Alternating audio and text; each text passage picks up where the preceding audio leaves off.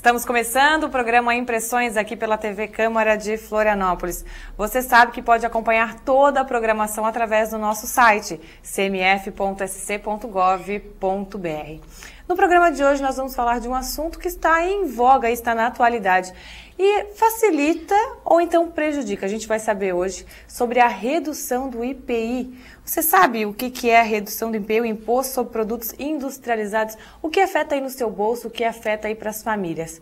Para falar sobre esse assunto, nós estamos recebendo o Maurício Molinari, ele que é economista da FEComércio. Obrigada, Maurício, pela participação. Obrigado a você pelo convite. Bom, Maurício, já vou começar te perguntando o que é esse Imposto sobre Produtos Industrializados? Porque a gente vê nas propagandas do IPI, o famoso IPI, mas o que ele é mesmo? Bom, como o nome diz, ele é um imposto aplicado sobre os produtos industrializados internamente, né, os produtos de produção interna. Então, essa redução, ela é uma redução discricionária. Para alguns produtos que são produzidos no país, houve essa redução. Alguns passaram de uma alíquota de 10% para 0% e de diferentes essa alíquota, a gente está falando com o público aqui, às vezes pode não entender, não são economistas.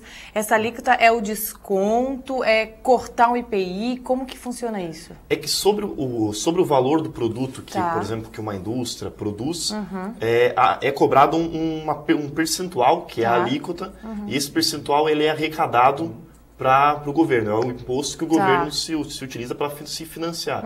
Financiar os serviços públicos que ele está oferecendo. Então, esse corte na alíquota seria uma redução do que o governo arrecada com aquele produto, ou seja, aquele produto passa a ter um valor final menor do que anteriormente. Tá, Maurício, Brasil, a gente está falando de Brasil, né? Nós temos uma fama aí muito grande de cobrar muitos impostos.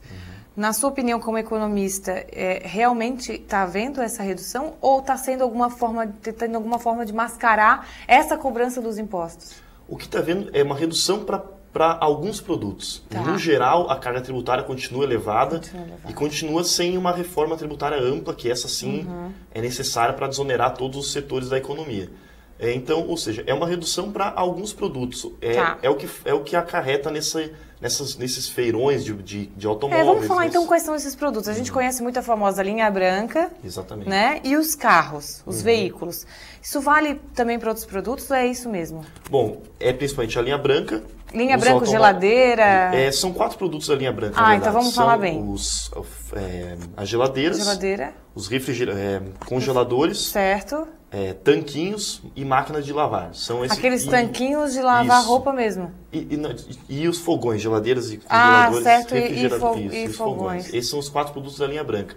Aí também tem os automóveis, também entraram nesse pacote de redução de IPI, alguns produtos da linha de material de construção. Então são basicamente esses. Por exemplo, eu vou lá comprar um carro. O carro custa 30 mil. Com a redução do IPI, ele pode passar por quê? Para uns 27 mil? Varia de carro para carro, mas a redução pode ser nesse sentido. Houve reduções de até 8 mil reais em automóveis em função dos últimos meses, quando se iniciou essa política de redução de IPI, houve a redução de 8 mil e até em torno desse valor. E por que o governo federal ele estendeu essa redução de IPI? O que está acontecendo? Assim, não tá sendo arrecadado para o Brasil, mas a presidente tá bom assim? Não tem essa arrecadação? Por que foi prorrogado? Bom, porque o objetivo da redução do IPI, ele é uma renúncia fiscal, o governo deixa de arrecadar com esse imposto de alguns produtos. O objetivo dele era... A economia brasileira, desde o final do ano passado, desde o final de 2011, estava vivendo um processo de desaceleração na sua atividade. Então, essas medidas vieram para estimular a economia, estimular um novo crescimento da economia. Porém, nesse início de ano, as famílias, em geral, estavam com um nível de endividamento um pouco elevado. Então, essa redução do IPI, ela não teve um impacto tão forte como se esperava. Ou seja, e agora, com a chegada do final do primeiro semestre, quando geralmente acabam aquelas parcelas que as famílias fizeram no período de Natal, das compras parceladas, agora se abre uma nova possibilidade de crescimento das vendas. Então, essa prorrogação do IPI vem nesse sentido. O impacto esperado não foi totalmente alcançado, então a ideia do governo é se expandir o prazo para atingir os efeitos que que foram idealizados no início dessa política de redução, né? Bom, mas com essa redução do IPI é possível fazer parcelamento, prestações. O IPI continua reduzido, não volta o IPI se porventura quiser parcelar esse carro ou essa geladeira? Não tem relação com... pode ser parcelado à vista. A redução do IPI é no preço geral do produto, né? Maurício, quando a gente tem aqui em Florianópolis bastante aqueles feirões ou aquelas exposições de quanto a gente está pagando de imposto em cada produto. Vamos falar um pouquinho da sua opinião agora, que representa a FEComércio, que é um economista que entende. Como é que está essa carga tributária do imposto? Assim, ela é muito elevada no nosso país? Ela é muito elevada, ela é uma carga, em relação ao PIB, ela é uma das maiores do mundo. E a qualidade do serviço que se tem em troca não é tão... digamos assim, é uma carga tributária de nível de país de primeiro mundo, mas o serviço oferecido não é daquele nível de primeiro mundo. Então, isso causa sérios problemas para o empresário, para o consumidor, para todo mundo que está lidando com essa economia brasileira, né? E isso, então, é uma demanda grande da sociedade brasileira, essa redução da carga tributária. Por mais que são feitas medidas pontuais, redução de IPI, outras reduções de imposto, mas são medidas muito pontuais e discricionárias. Elas se direcionam para certos setores e não para a economia como um todo, que isso sim geraria um ciclo de crescimento mais vigoroso. Bom, mas o que o consumidor pode fazer? Ele vê que está sendo cobrado, ele faz ali, né, a maneira do possível, ele faz a comparação, ele vai pesquisar, né, para pagar menos. Mas o que ele pode fazer para ele não ser tão, não sei se esse é o termo correto, roubado, violentado, assaltado por essa carga tributária tão grande? Quais são as atitudes que quem nos assiste agora pode fazer para ajudar com que a gente pague menos isso? Esse que é complicado, que é difícil. O brasileiro é refém dessa alta carga tributária, então é complicado. O que se deve fazer é a pressão popular, né? Se exigir essa racionalização da carga tributária, porque além da carga tributária ser elevada, ela é muito complicada, ela é muito complexa de você... a gente foge um pouco dessa... Quando entra na questão de economês, assim, a gente chama assim do economista, a gente foge um pouco, talvez não entende, mas quando as pessoas estão indo lá, comprando lá o feijão, o arroz, elas estão pagando um preço elevadíssimo dessa carga tributária. Exatamente. E outra coisa, a carga tributária brasileira, ela é, digamos assim, ela é escondida, ninguém sabe quanto imposto está pagando.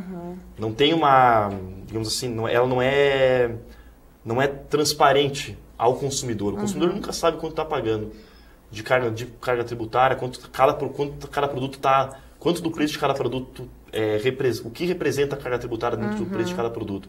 Então, uma outra demanda é isso, é uma maior transparência nessa carga tributária brasileira. Bom, quando a gente fala de IPI, a gente está falando sobre os produtos industrializados, né? O governo federal, então, ele tomou essa atitude de fazer a redução.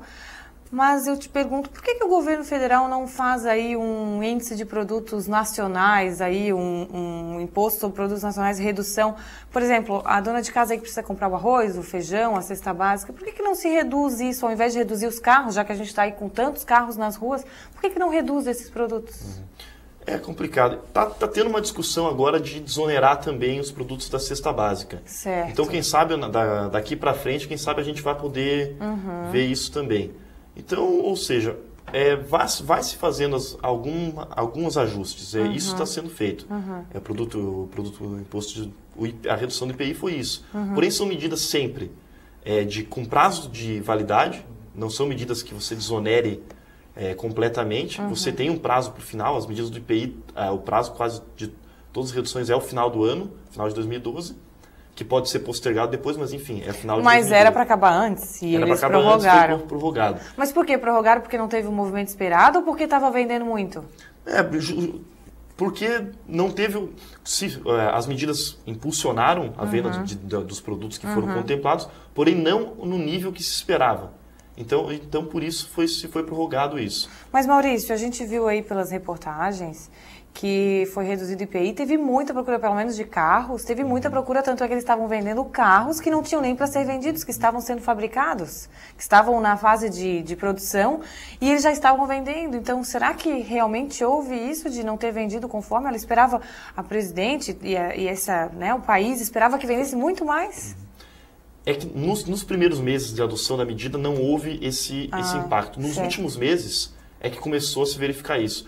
E o custo de você tirar essas medidas é muito alto, porque a economia brasileira começou um novo processo de crescimento agora no segundo trimestre, que ela praticamente ficou estagnada nos primeiros 6 meses. Então se iniciou um processo de crescimento. Você retirar esses incentivos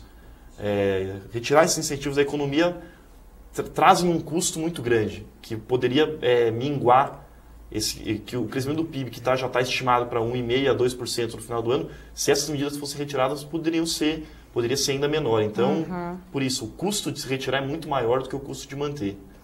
Bom, então a gente sai de uma esfera de economia e entra numa esfera política, né? Porque falando daí de classes sociais, porque quando a gente vai analisar uma classe social, nós analisamos pela quantidade de carros, a quantidade de eletroeletrônicos, eletrodomésticos, tudo isso, e com essa facilidade as pessoas podem adquirir mais, é isso, Maurício? A gente teve uma mudança nos últimos anos, com essa ascensão dessa chamada classe C. A nova classe média, né? Isso. Você teve um crescimento da venda desses bens, que esses bens são esses bens da linha branca, os eletrodomésticos e os automóveis são associados a bens de consumo que trazem um certo status social, status de ascensão social. Então, justamente por esse grande crescimento, essa grande ascensão dessa classe média trouxe junto a grande ascensão do volume de vendas desses produtos, porque eles têm uma relação muito grande, né? Bom, então, na sua opinião como economista, o que a população deve fazer? Se ela está pretendendo comprar, compre agora ou espere mais um pouco? Qual a sua opinião como economista? A população deve sempre verificar a sua capacidade financeira, consumir racionalmente, porém, buscar o consumo, buscar realizar os seus sonhos de consumo. Todo mundo pode... sem fazer tanta dívida. Exatamente, sem fazer tanta dívida, de uma maneira racional, sempre botando na ponta do lápis, né, botando no papel esses gastos, medindo se é possível, se não é possível, mas também buscando não se retrair, não retrair o seu consumo, porque isso não é bom nem para a economia e nem para as pessoas que também não vão ter acesso a essas novas oportunidades que se abrem. Com a redução do IPI, se abrem novas possibilidades de negócio, né? De comprar o carro novo, de comprar um eletrodoméstico novo, trocar até aquele eletrodoméstico que consome muita energia para um eletrodoméstico mais novo e muito mais econômico, que às vezes até a economia de energia que compensa a parcela que o consumidor vai estar pagando. Então é isso, é buscar analisar todo esse cenário e tomar a melhor decisão. Bom, Maurício, eu falo pela população aqui, espero te trazer novamente aqui no programa Impressões para a gente falar dessa redução do feijão, do arroz, desses produtos que são consumidos diariamente, né? Carro e eletrodoméstico não é sempre que a gente compra, mas espero te trazer aqui para a gente falar um pouquinho dessa redução, que é o que eu acho que o povo brasileiro também espera, a redução desses produtos, né? Do alimento, da cesta básica que são consumidos diariamente. Espero também, porque a alimentação é muito cara e representa muito no orçamento dos brasileiros.